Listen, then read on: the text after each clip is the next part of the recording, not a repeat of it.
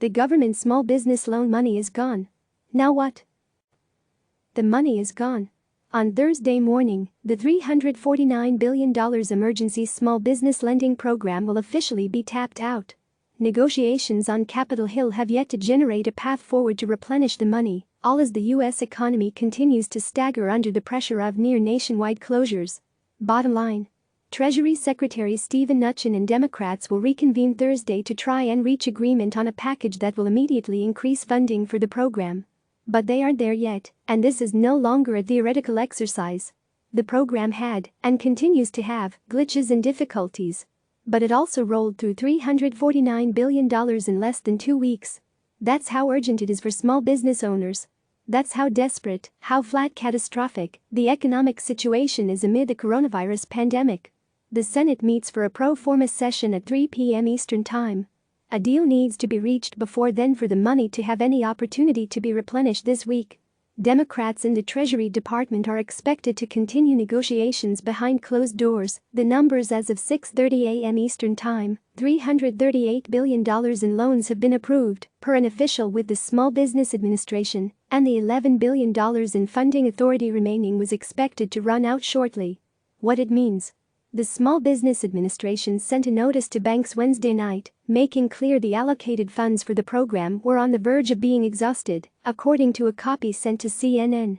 Once the authorization limit is reached, SBA will not be able to accept any new applications for the Paycheck Protection Program, the update to lenders states. Also of note, SBA is unable to maintain a queue for PPP applications. This is a first-come first-served program. Once the funding runs out, the queue of applications can no longer be maintained. That has repercussions for when Congress does actually reload the funds.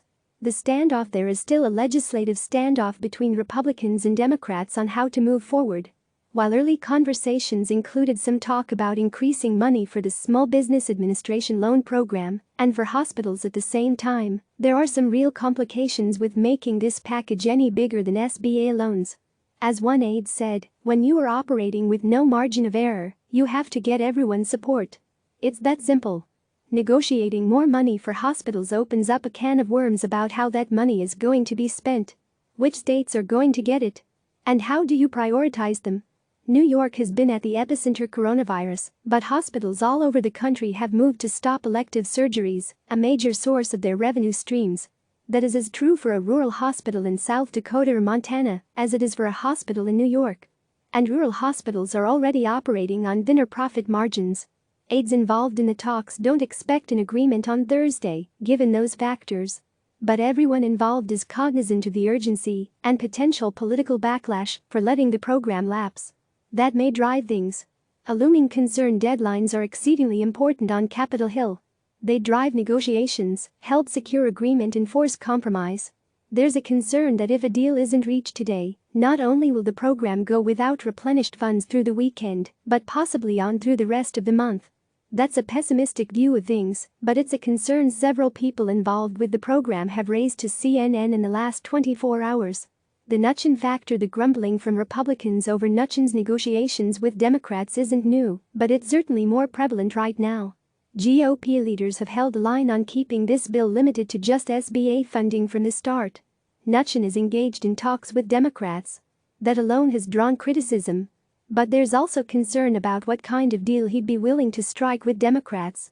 This isn't just a Mnuchin-Dem deal, one GOP aide told me. Every single one of our guys has to sign off on this for it to pass. He can't forget that. Mnuchin has been the dealmaker for the Trump administration over the last year. He has the relationships with Democratic congressional leaders, and it's a good working relationship by all accounts, and he's been able to lock in agreements on massive issues, from raising the debt ceiling and a budget and spending deal agreement to the largest emergency economic relief package in the history of the country. But the dynamics on these talks specifically is different. The point here: there's no margin for error when the only way legislation can move through the Senate is through unanimous consent. Any deal Mnuchin strikes with Democrats must have the sign-off of Senate Republicans. And Senate Republicans are not in the mood to deal right now.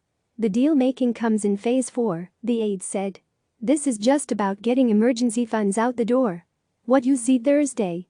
There's another pro forma session this afternoon, but if no agreement is reached, Aides say the plan is not for Senate Majority Leader Mitch McConnell to ask again for more money for SBA.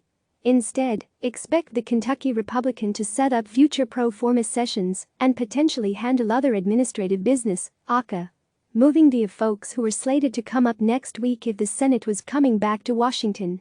Why not put Democrats on the spot again? Part of the complexity for McConnell here is that Mnuchin is doing much of the negotiating directly with Democrats. Schumer has touted repeatedly that he's having calls with the Treasury Secretary, and Democratic staff from the House and Senate had a meeting with Treasury staff Wednesday. Those negotiations have largely taken center stage, and providing room for those conversations is critical if a final deal is going to come together. If you are reading the tea leaves, House Speaker Nancy Pelosi's statement Wednesday didn't exactly reveal the Democrats are anywhere close to reaching a deal with Republicans on money for the Small Business Administration. Pelosi's statement said, as has been clear since last week, Republicans' bill which fails to address these critical issues cannot get unanimous consent in the House. But she also seemed to ask for less than she did the previous week, saying she wanted more money for hospitals and local governments and assurances that small businesses and others who were struggling to access the PPP loans got help. Pressure is coming from all directions. What has changed over the last few days is that the outside groups are calling, in a united front, for Congress to swiftly approve this money. While the same groups were calling out early issues with the loan program, now they are desperate for their members to get money they need and collectively lobbying Congress to make it happen. Click subscribe to receive the latest news.